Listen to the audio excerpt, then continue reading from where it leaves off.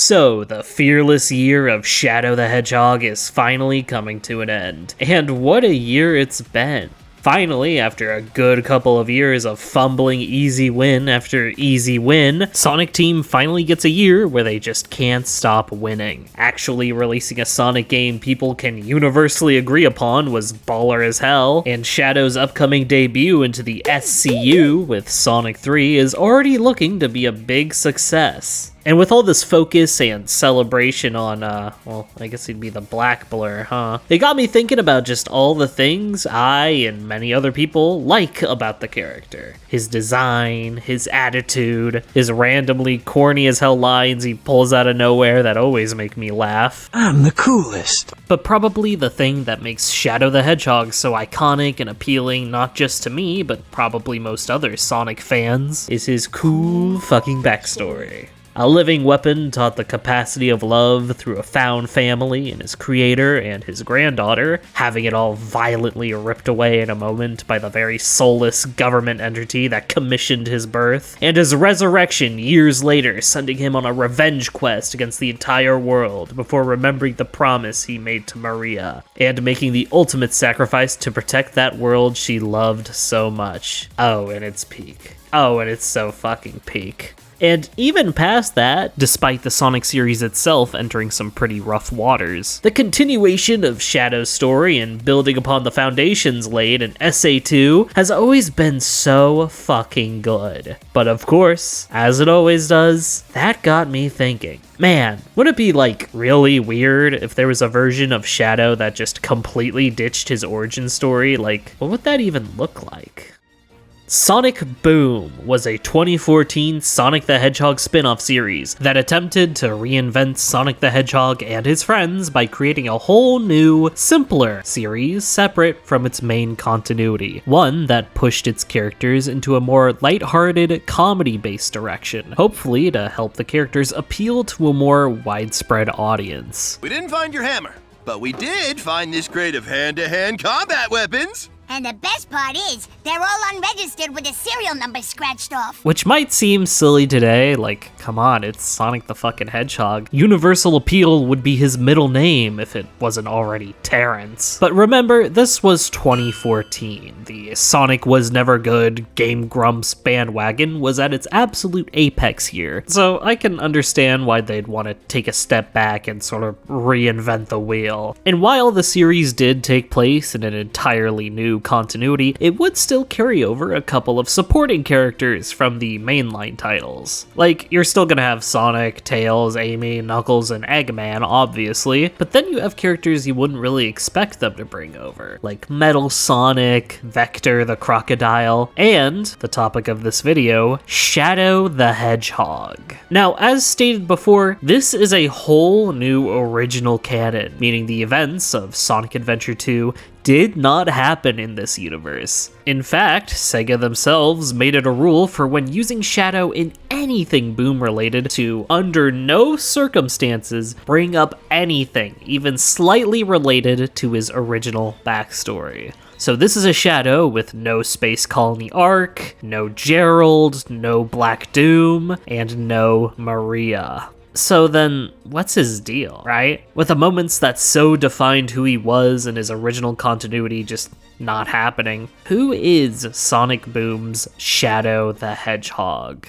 Well, let's start with the first entry in the Sonic Boom subseries, Sonic Boom Rise of Lyric, which I gotta say absolutely nailed its first impression for the brand new spin-off series. Nice one, guys. And for a first game appearance on top of that, let's just say, even aside from the quality of its gameplay, it's a little bit spotty. You first see him in one of the game's first cutscenes, standing in the background after Sonic and Co. lock themselves in Lyric's tomb like fucking Herobrine before walking away.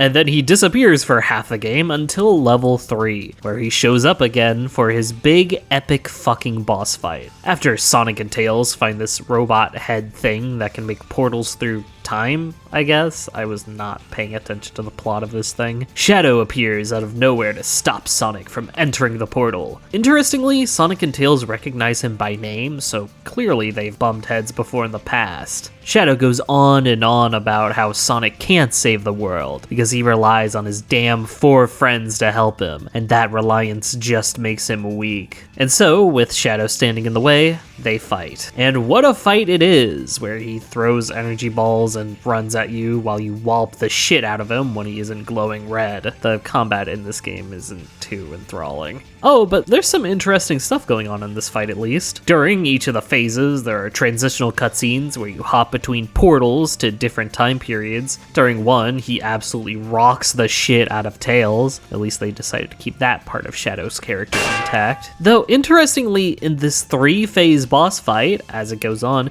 he actually gains additional attacks that are related to his Chaos abilities. Chaos Spear, Chaos Blast, and even Chaos Warp. It makes you wonder if he would have been able to use Chaos Control if he ever got his hands on one of the Chaos Emeralds. Oh, I'm sorry, I meant one of the 8 Chaos Crystals. Ooh. Anyway, Sonic kicks his ass and sends him packing through one last time portal, which coincidentally shoots him forward in time, landing him right at the game's final cutscene, where he's about to just get right back to scrapping with the blue blur until he notices, oh hey, he actually did beat the bad guy, huh? And with a nod of approval, he walks off into the fog, letting the team celebrate their victory. So, that's kinda interesting, I guess. At first he kinda just seemed like an asshole just to be an asshole, and this version of Shadow is extremely prideful in an extremely combative way, but I guess at the end of the day he just wanted to make sure Sonic was up to the task. It sort of gets you wondering if his doubts and fight against Sonic was just his pride talking, and he ultimately just wanted to flex his superiority, or if he truly underestimated Sonic and thought he was just gonna screw it all up and just wanted to take care of it himself. Sadly, Shattered Crystal, the next game in the series, doesn't really do too much to follow up on his characterization as an egomaniac of justice, and ultimately plays out more or less the same as the console game in terms of Shadow's role, maybe even somehow less. He randomly shows up in the middle of the game to fight Sonic, though this time mind-controlled, breaks free and zooms off, and then shows up out of nowhere at the end to kick this stupid-ass snake guy out of his own Zeppelin. And then he leaves just as quickly as he came, but not before letting Team Sonic know how pathetic they are compared to him. She's right. We beat Lyric together as a team. And I'm leaving alone as your superior. Okay, it seems like we've already started to ditch his whole strong sense of duty thing we were going with before. It kind of just seemed like he really didn't give a fuck about the greater good, ultimately only going after Lyric just for revenge, not to mention kind of trying just a bit too hard to let everyone know just how much they sucked in comparison to him. It's just kind of coming off more as like a weird insecurity thing for him, rather than a genuine concern for their inability to deal with such world-ending threats. And that's actually it for the games he appears in. I guess they really couldn't be bothered to find a spot for him in Fire and Ice, but oh well. That's not all for Ow the Hedgehog in the Boom continuity, as we still have another area of Sonic Boom left to cover. The part of the sub-series that's arguably more well known today than the actual games themselves. The Sonic Boom TV show. Though, much like his sparing usage in the actual games, he only makes 3 total appearances in the show, funnily enough, all 3 of them being in each of Sonic Boom's 2 season finales. The second one is a 2-parter, so technically 3. Funnily enough, one of the writers of the show, Alan Denton, for a while didn't even think a Shadow episode would be doable in the Sonic Boom cartoon, because they didn't want to make Shadow look like a giant fucking idiot like the rest of the cast. But he did eventually land on a script he felt did the character justice, which is commendable. I appreciate the respect he had for the character, though I still kind of feel like the story he landed on was a little bit of a mess. I mean, for one thing, for his introduction into the series, they kind of just drop any pretense of him being an anti-hero and just label him as a straight-up villain, as he gets invited to a big villain meetup with all these really cool and awesome Sonic Boom exclusive villains like Circus Master, Tree Guy, and the Bears with Big Balls. Anyway, for some reason, Shadow actually shows up to Eggman's big villain get-together just to kind of sit and scowl the whole time before getting sick of their shit, calling them losers, and teleporting away. He, once again, only reappears at the end of the episode. This Shadow just loves being fashionably late, I guess, just to kick Sonic's ass himself to prove just how superior he is. And to his credit, he does actually win, until Eggman fucks it all up by blinding him with a victory selfie. Sonic clobbers him, forcing Shadow to retreat, though he vows that they'll meet and battle again soon, but next time on his own terms. By soon, I guess he meant a whole season later. Funnily enough, Season 2's finale, the last piece of Sonic Boom media to feature Shadow, is the only time we get a Sonic Boom story where Shadow has, like, any real presence or agency in it at all. I mean, it mostly just revolves around Shadow getting tricked into doing some motion capture for Eggman's video game and him beating the shit out of everyone who gets in his way. It's just big fight scene following even more big fight scenes, but I mean, he has, like, something of an arc in this, I guess. I mean, for one, we get to see where the guy lives, I think. And after getting tricked again by Eggman into beating up an alternate dimension version of himself after his shape-shifting blue robot twin from an alternate timeline gives him access to the multiverse.